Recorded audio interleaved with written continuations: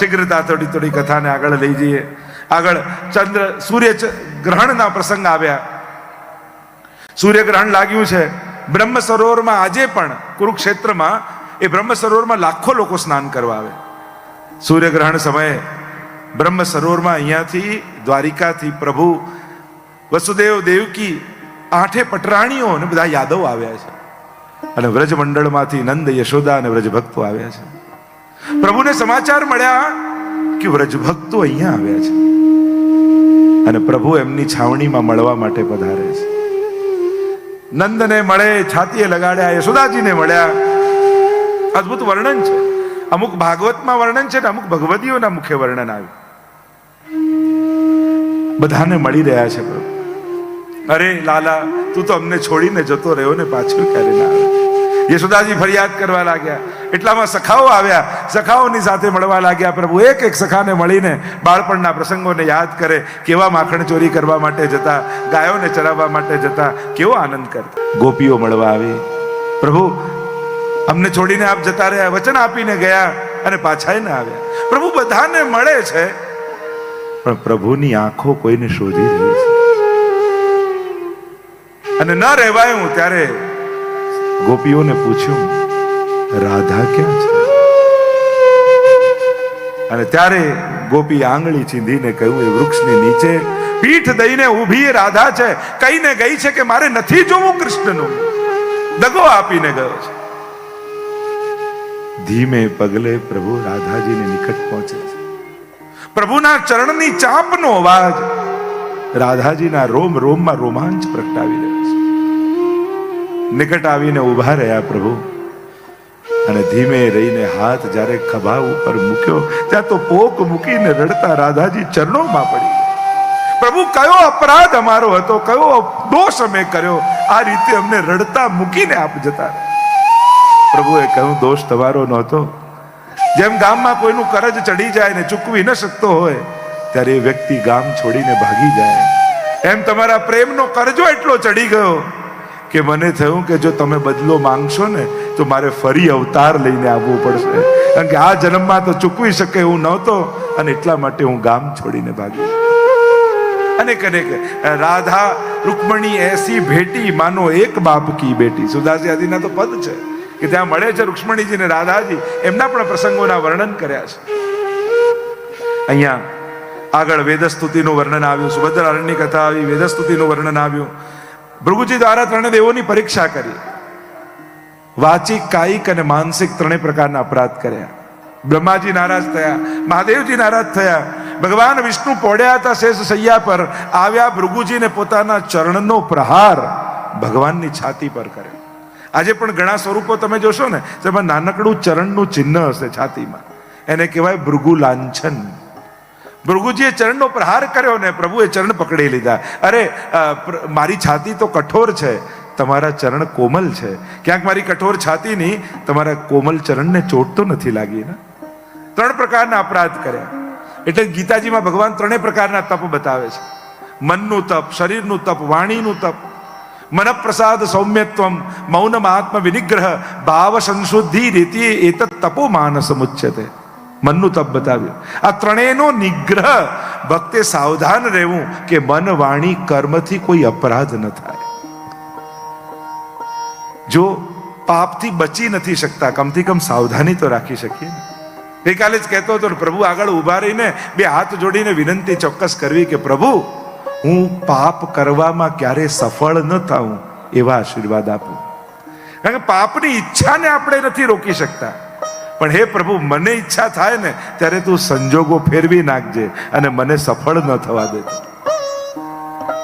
3 પ્રકારના તપની ચર્ચા આવી. આગળ 10મ સ્કંદને વિરામ તરફ લઈ જતા કૃષ્ણ લીલા વિહારનું વર્ણન આવ્યું અને 10મ સ્કંદને વિરામ આપીએ. બોલો ગોવર્ધન નાથ કી જય, ભાગવત ભગવાન કી જય. 11 સ્કંદ 31 અધ્યાય મુક્તિ લીલા. એક છે જન્મ મરણથી મુક્તિ. આપણે કહીએ કે જન્મ મરણના ચક્રથી મુક્ત થઈ ગયા, એટલે કે મર્યા પછી મુક્તિ. અને એક છે જીતા જીવંત મુક્તિનો અનુભવ. ભાગવત મર્યા પછી મુક્તિ કરતા જીવતા મુક્તિનો, મુક્ત જીવનની વાત કરે છે કે જીતા જીવંત મુક્તિનો અનુભવ થાય. મુક્તિ લીલાનું વર્ણન કર્યું કે મુક્તિ મનુષ્યનો સ્વભાવ છે. માણસને બંધન નથી ગમતું. અને કોરોનામાં આપણે બધાએ જોઈ જ લીધું, દોડા દોડીના જીવનમાં રાહ જોતા ક્યારે ઘરે રહેવા મળે, ક્યારે ઘરે રહેવા મળે, ક્યારે ઘરે રહેવા મળે. અને 2 વર્ષમાં એવા કંટાળ્યા કે ક્યારે બહાર જવા મળે, બહાર જવા મળે, બહાર જવા મળે. નાના છોકરાને પણ પૂછો ને, તને સ્કૂલમાં કયો ટાઈમ ગમે? ડ્રોઈંગનો પીરિયડ ગમે, રમત ગમતનો ગમે, ગુજરાતીનો ગમે? એ કે છૂટવાનો બેલ વાગે ને એ જ ગમે. મુક્તિ જ મનુષ્યને ગમે છે. મુક્તિ જ મનુષ્યનો સ્વભાવ છે. એને બંધન નથી ગમતું. યાદવો ઉચ્છંકલ થયા. પિંડારક ક્ષેત્રમાં ઋષિઓ યજ્ઞ કરી રહ્યા હતા. યુવાની આવી, ધન આવ્યું, શરીર આવ્યું, પદ મળ્યું. બધું અનુકૂળતા થાય ને ત્યારે માણસે વધારે સાવધાન રહેવું જોઈએ. અનુકૂળતાઓમાં જ પાપ થવાની સંભાવનાઓ વધારે હોય છે. વિપરીત સંજોગોમાં તો માણસને સંજોગો જ રોકી રાખતા હોય છે. પણ સંજોગો અનુકૂળ હોય ને ત્યારે સમજ સારી બનાવી રાખવી પડે. કારણ કે જો ત્યારે સારી સમજ ન રાખો તો પાપ કરતા માણસને અટકાવી દેશે. અને અત્યારના સમયમાં કોઈને શરમ નથી નડવાની, કોઈને કોઈનો ડર નથી નડવાનો. હવે આપણી આત્મા આપણને પાપ કરતા રોકે ને તો જ રોકાઈએ એમ છે. બાકી હવે કોઈને કોઈની શરમ નથી, કોઈને કોઈનો ડર નથી.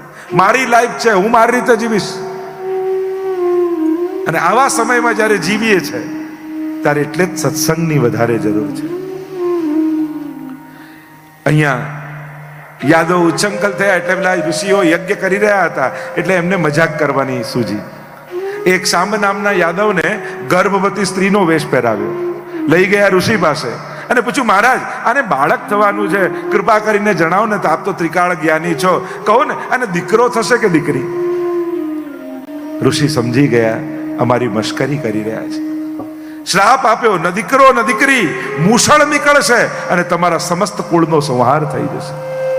ગભરાયા, ઘરે આવ્યા ને જ્યાં વસ્ત્ર કાઢ્યા જુએ તો મૂષળ નીકળ્યું. અરે આનું કરવું શું? ઉગ્રસેન પાસે લઈ ગયા કે આનું શું કરીએ? કહ્યું કે ઘસીને આનો ભૂક્કો દરિયામાં નાખી દો. ટુકડો બચ્યો એ પણ દરિયામાં નાખ્યો. માછલી ગળી ગઈ.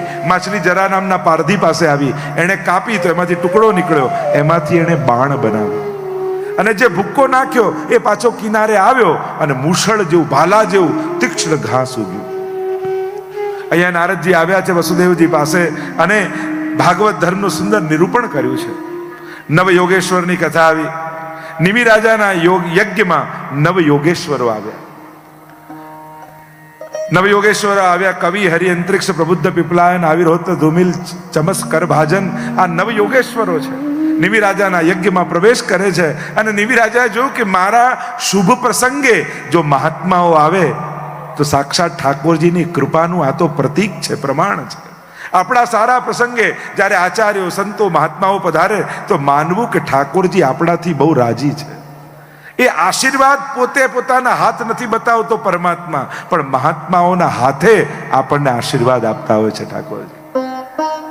પ્રભુ એમના હાથનો ઉપયોગ કરીને આશીર્વાદ પહોંચાડે છે.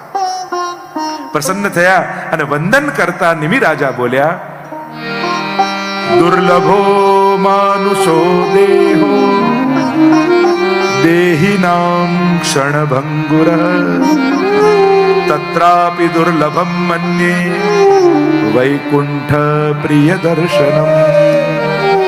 અરે મહાત્મન, પધારો પધારો પધારો. દુર્લભો માનુષો દેહો, આ દેહ, માનવ દેહ દુર્લભ છે અને એમાં પણ ક્ષણભંગુર છે. ક્યારે હાથમાંથી સરી જાય કાંઈ ખબર નથી. આ તો રેતને પકડવા જેવું, જેટલું ટાઈટ પકડો એટલી રેત ક્યાં સરી જાય ખબર ન પડે. માણસ 50 વર્ષનો થઈ ગયો, 60 વર્ષનો થઈ ગયો, 70 વર્ષનો થઈ ગયો, ક્યાં સમય જતો રહ્યો ખબર જ ન પડે. સમય ક્યાં સરી જાય છે. દેહી નામ ક્ષણભંગુર અને તત્રાપી દુર્લભમ મન્યે વૈકુંઠ પ્રિય દર્શનમ. અને એમાં પણ દુર્લભ છે કોઈ મહાત્માના દર્શન, કોઈ સદગુરુનો આશ્રય.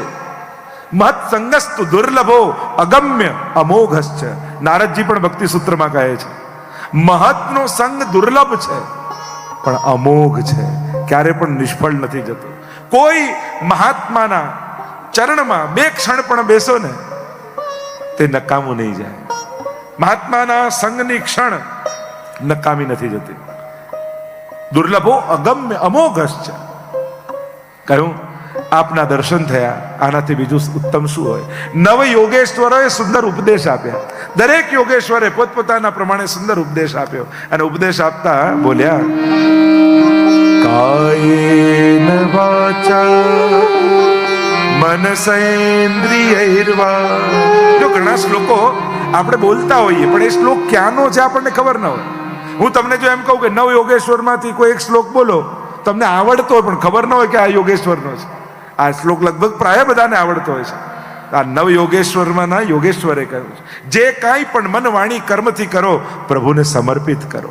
એ જ વાત મહાપ્રભુજી બહુ સુંદર રીતે ષોડશ ગ્રંથમાં સમજાવતા કહે, સર્વ સમર્પિતમ ભક્ત્યા કર્તાર્થોસી સુખી ભવ.